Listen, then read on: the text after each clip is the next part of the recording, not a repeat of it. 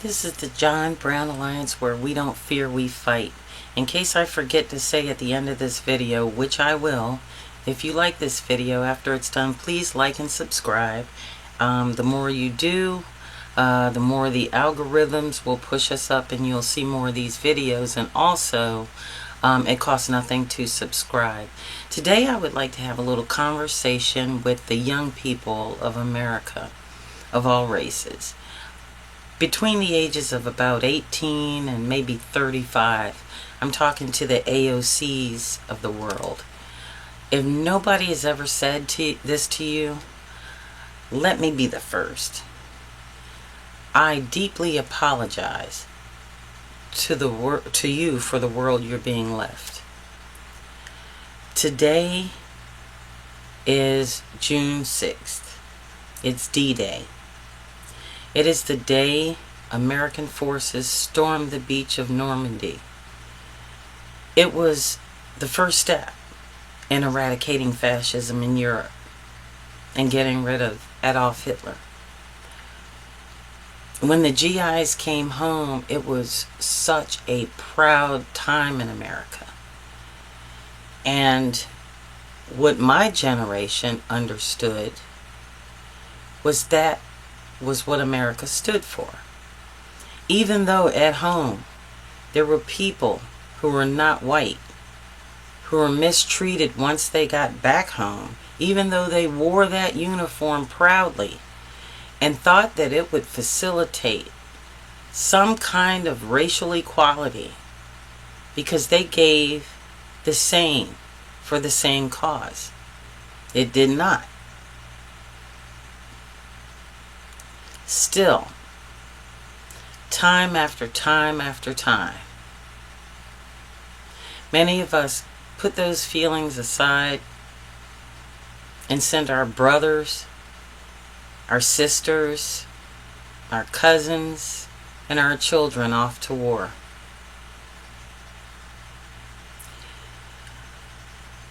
Today, many of us will go to Washington, D.C. and protest. We will protest because people my age did not mean to leave you this. So it's going to take people of many ages to correct this mistake. We are, most of us, absolutely sorry for what has transpired over the past 30 or 40 years. This was not intended for you. At least most of the good people I know did not intend this.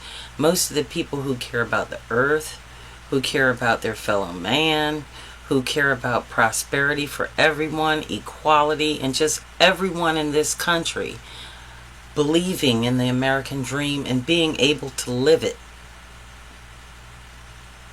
This, what I saw today, or yesterday now, on my birthday, was an absolute shit show. It was the worst display of adults that I can ever remember in my entire life. This is not, in case you missed it or you've become accustomed to it, the way that leaders, adults, men act. To the younger generation, I want to say, in case nobody told you, a great man does the most he can for his fellow man when no one is looking. He doesn't need to be on television 24/7. He doesn't need to get accolades for anything. He doesn't need attention. That quiet man that does things silently, that nobody acknowledges, that's what life is about. That's what being an American is about. Everything doesn't have to be on YouTube about what you did. Everything doesn't have to be on television. Everybody that needs to do that, and put themselves out there like that's not somebody who's doing good things for a reason.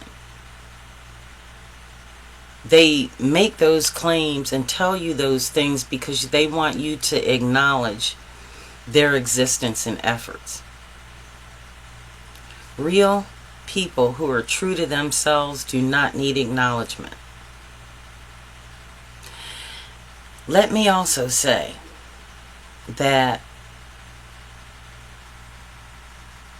unfortunately, I feel at this time that you might be the ones who have to fix this.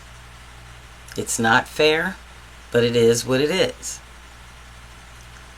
We will be the first generation, my generation, that will probably not live as long as my parents. So since some of us are not going to be here much longer, if you don't listen to anything else I say, listen to this. When I was in high school, I had a teacher, and his family members had been killed in the Holocaust. His brother married a black woman, which of course he had no problem with. That wasn't the issue. But he made sure that on his desk he had a picture of his brother and his wife, and he had other family members and all that. So we're sitting there talking about European history, and he has a class with other people. It's not just me. And the most important thing he said to me, and the most important thing anyone has ever told me in my entire life, was question everything. So I sat there and thought about it, and I said, if I question everything, then my mind will never get a rest. I mean, I'll just be up at 4 o'clock in the morning, which I am most of the time. And it drove me to find out things. Now, first, when you're told this, you're like, what is this going to do for me? Let me tell you, at 50-something plus years old, I am still alive right now because I questioned everything. So right now, what you see in the news, and you see people celebrating the demise of the Republican Party, which I really wanted to celebrate myself, but I looked beyond that and I said to myself, what are the children seeing? And I'm not getting on anybody who is relieved at this point that some of these things are going on, who believe in democracy and have been fighting for this democracy since January. What I'm saying is, I thought about the children, and they're seeing a bunch of Democratic and Republican misguided, petty, childish assholes in both the House of Representatives and the Congress running their country, deciding to deregulate things, spread out people's personal information, getting rid of jobs, with cuts, without knowing what these people do for the federal government. Let us not forget the millions of people who died from COVID because of negligence. Let us not forget the women who every day are dying because of the abortion laws. Let us not forget the 99-year-old man in Mississippi who can't vote right now because of voter suppression. And I thought to myself, are we getting a little too sidetracked with these other things and not seeing the big picture? I don't know about you, but for some of us, our purpose here is so that our children, grandchildren, and great-grandchildren do not witness what we witness, or have the mental capacity to fathom something like this. Long time ago, when I was back in school, we couldn't have imagined someone like Donald Trump. Fascism was the furthest thing from our minds. That was something that happened in Europe. That was something that happened somewhere else. Gestapo's running down the street and masked men. You know, we didn't have to worry about that stuff. All we had to worry about was graduating. We didn't have to worry about getting shot in school. We didn't have to worry about our parents being grabbed up at the grocery store and deported. These were things we passed on to you. And now we owe you to fix it. I'm hoping we can. But if we can't, then you have to fix it for your children. So all is not lost. What I'm saying is, there is a deeper lesson in all of this. We can't get stuck on what's going on in the news every 5 minutes. Take a break, reassess, and understand what you have to do to make what you believe in come to pass. And do that. Don't listen to this person or that person. Don't listen to me if you don't agree with me. But just be honest with yourself. Be honest with us. Be honest about the colossal fuck up that you are witnessing right now. It is what it is. It is absolutely the worst case scenario in America. And anybody that tells you any different is lying. This is the bottom. One way or another, we have to find ourselves to the other side. We can only do that together. And I'm not talking about whites against Muslims and this group against that. I'm talking about together. Because the only way that any of us is going to survive at this rate is to kill one another. And that's bad. That's not something you want to do. If your neighbor was your neighbor last week, he should be your neighbor tomorrow.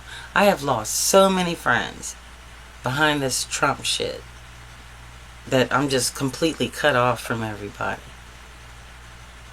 But what we had 10 years ago is not worth what people are saying they're about to do for this man.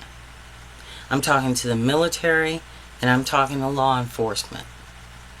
The choice you make now decides whether or not your children's rights and your grandchildren's rights will be protected in the future. Do not think you are immune because you sided with this or the color of your skin. Everyone in this country who is not Donald Trump, the Trump family, anybody who is in bed with him is at risk. Please take this seriously. And once again, to the people younger than me in America, I deeply apologize for where we are. I really do. And I'm hoping tomorrow will be my first step in doing something to correct that. Now, this isn't my first rodeo. I've been doing this all my life. But I want you to know that some of us out there are thinking just about you. For unity, preservation, and liberation of the next 7 generations. You have a great day.